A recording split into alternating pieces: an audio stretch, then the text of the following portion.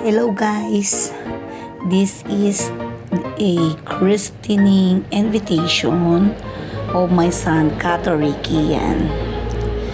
Dito na yung nagawa po namin na godparents and the toy gifters. Yan, si CK ay 2 years old na po.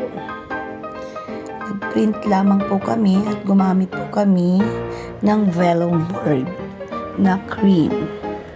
Bumili po kami ng kung anong kapal ng GSM niya, yun po, saka po namin print. Kami na rin po ang nag-layout, kaya sarili po namin gawa yung invitation.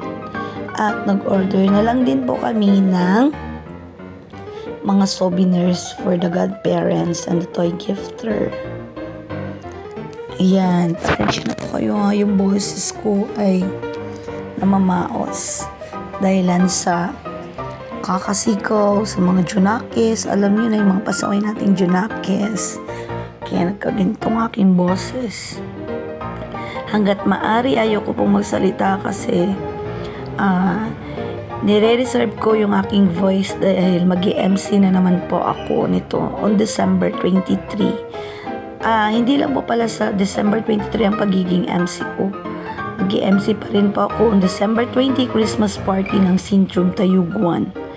And then December 23 po ang christening ng aking bunsong lalaki na si Kato Ricky yan. CK ang palayaw po niya, yung nickname po niya. Ayan, kaya yung boses ko hindi ko po alam kung paano ko po ito i-reserve. Kaya pasensya na po kayo dahil yung pagbablog ko ay paos na po talaga. Ayan. So, yung ginawa po namin, ginupit-gupit po namin, and then, binutasan sa gilid. Then, mayroon ribbon, at saka yung envelope po niya na binili po namin. Mabilis lang din naman pong pagkakagawa nung na-print na po lahat in one day. After one day, nagsimula na rin po kami mag-cut in the whole day. Buong maghapon po siya. Kasi mahirap din po mag-cut. Ayan, pagkatapos po namin mag-cut, in the whole day din lang po na araw na yon ay na ilagay din lang po namin sa bawat sobre. Dahil lalagyanan din po namin ng design matik habang kinakat po namin, nire-ribbon na po namin lahat. Ayan. Yung order din po namin sa mga souvenirs, through Shopee na po siya. 3 days ang process ng order po namin dahil yung layout po namin ay medyo natagalan. Sa pag-layout po, almost 15 days po namin yun ginawa kasi nag-settle po kami ng iba-ibang design kung ano po yung maganda, pero dahil nga po yung invitation namin ay kulay green ang background po niya, is ganun din po dapat yung magiging souvenirs po namin. Kaya sinettle po namin na maging parehas ang invitation sa souvenirs. Kaya ayan po, nung dumating po yung souvenirs namin, ayan, worth of napakamura po yung souvenirs namin. Bali, dito po kami ay naka-discount ng malaki dahil free shipping na rin po siya. So, worth of 650, 50 pieces na rin po yun dahil ito po ay ref magnet. Pero, sarili po naming layout. Pag sarili po kasi nilang layout, medyo may kamahalan. Nakamura po kami dahil sarili po naming layout. At isa pa, ang pinili po namin ay yung class po talaga, glossy ang kanyang appearance. So maganda po talaga nung dumating po yung aming ginawa na sariling layout po sa souvenirs. Talagang sulit din po siya. Ayan, ito na po, binubuksan ko na po. Tignan nyo po guys, yung match dun sa ginawa po naming invitation. Ayan. So, napakaganda po talaga. Ayan po. makapal po siya, as in, magandang maganda talaga.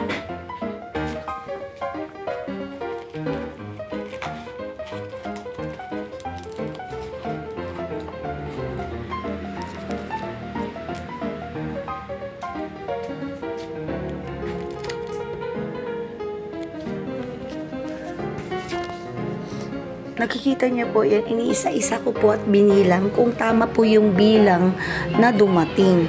Actually, dapat po 60 pieces kasi gusto po namin mabigyan po yung mga gusto rin humingi. Pero dahilan sa budgeted po kami at malaki din pong magagastos namin sa christening ng aking bunso, ay talagang sinakto lang din po namin yung souvenirs at isa lamang po ang natira para sa amin. Bali, 3 po pala kasi kabilang po yung 2 Junakis kung malalaki sa toy gifter. Kaya mayroon din silang souvenirs. Ayan. So, ready na po kami magbigay ng invitation sa mga ninong at ninang at sa mga toy gifter. Ayan, sinettle po namin lahat ang ginawa po namin invitation. At syempre, ang souvenirs po ay sa araw na po ng kanyang binyag, christening. Ang christening po niya ay magaganap po sa Reigns International Forever Ministry sa Magallanes, Tayug, Pangasinan. Doon po yung church gaganapin at 3 p.m. on December 23, 2025. Araw din po yun ng aking kaarawan. Di ba sinabay ng birthday ko? Kaya, alam niyo po, kaya po sinabay sa birthday ko po. Kasi, honestly, wala naman po akong handa. Sa Junakis ko na lang po. Parang sinabay lang po kasi nga December po ako. Kaya yun, sumasabay na lang din po ako sa handaan. O, diba, parang minsanan na po. And then, ang venue po niya ay magaganap po dito sa Centrum Tayug 1 Trinchera. Ayan. Dahil maluwang pong space dito sa Centrum Gasoline Station ng Trinchera, Tayug, dito po gaganapin ang kanyang venue, food. Mayroon din po tayong mga pa-games para sa mga bata. At ang kainan din po sa mga godparents ay isi-settle din po namin lahat kung paano po ang kanyang catering. Hindi na po kami nag-rent ng catering kasi mamamahalan po kami. Marunong naman po akong mag-ayos kaya nagbili na lang po kami ng mga ilalagay po namin sa lamesa. At yung upuan po, simpleng-simple na lang po kasi yung mga upuan po ay hiram po namin sa barangay o sa aming board member dito po sa Trinchera. Hindi na po namin i-cover ang mga upuan, kundi yung lamesa lang po at isi-settle lang po namin yung mga design sa ng binyag. Ayan, nilagay ko din po yung invitation natin na ginawa sa envelope isa-isa.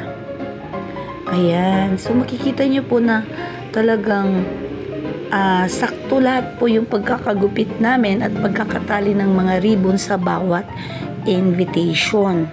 Sa mga kumari ko, kumpari ko, na mga ka-YouTube ko, ay talagang kinuha ko din po sila dahil sila po yung mga matagal ko na pong kakilala simula nag-umpisa ako sa YouTube.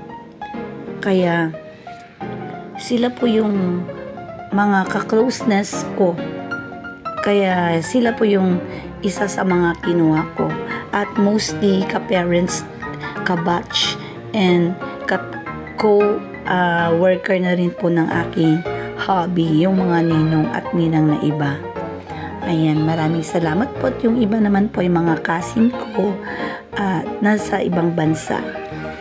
Kaya nagpapasalamat po ako dahil super blessed talaga ako dahil sa anak ko na yan ay napili ko po yung mga godparents na talagang pwede po silang mag-help in case na ako ay nagka-problema. Dahil ikaw nga po, sabi nila na kapag kailangan mo ng tulong ay pwede mong lapitan ang second parents ng anak. Pero of course, hanggat kaya naman ng magulang ay wag po natin iasa sa second parents na kinuha po natin. Syempre, hanggat kaya natin ay ibibigay po natin para sa Junakis anuman ang hirap o ginhawa. Basta ang magulang ay marunong mag-sacrifice, kayang-kaya ito para sa mga anak. 4 na rin po ang aking anak. May kolehiyo ako, may senior, may grade school at iyan si Bunso ay 2 years old pa lamang po. Mahirap din po na marami din po talaga ang anak dahil sa situation kapag isa lang po ang nagtatrabaho at wala po tayong everyday income, tayo po ay makakapos at magkakautang. Honestly, hindi pa po kami tapos sa mga utang namin. I wish na sana matapos na namin with this year, before end of this year. Sana matapos na po namin para by next year, makaka-live na rin po ako ng aking YouTube kasi hindi na po talaga ako nakaka-live. Pero maraming salamat pa rin po sa lahat ng mga nakasupport sa akin at nanonood ng aking premiere, the way na may premiere ako at mga nagre-replay. Syempre, bibiyayaan po natin sila this before end of this year para naman may mga pang Noche Buena sila kahit konting bagay lamang po. Sa mga mababait po na supporter po natin at nagmamahal. Kaya maraming salamat po sa mga nag-stay tuned po dyan at nanood hanggang matapos dahil ito po yung aking mga souvenirs at invitation para sa binyag ng aking anak na si CK on December 23, 2025. Ayan. So, tapos na yung aking invitation. Ready to give na po sa ating mga godparents. Thank you so much for watching and see you on my next vlog. Huwag po kayong mawawala sa binyag ng aking anak dahil if ever maging maganda yung signal ko, ilalive ko po ang binyag ng aking anak para mapanood nyo rin po siya. Ayan, maraming salamat po ulit sa inyong lahat. Andyan na po at nag-stay tuned po kayo. Kaya super thank you po sa inyo. God bless and see you on my next vlog. Ayan, Tuesday, December 23, 2025, Centrum Gasoline Station, Trinchera, Tayug. Ayan, ang pastor po namin ay si Pastor. Ayan, nakalagay na po dyan yung pastor po namin. Hindi ko naman nabasa. Ayan. So, thank you for watching. Bye!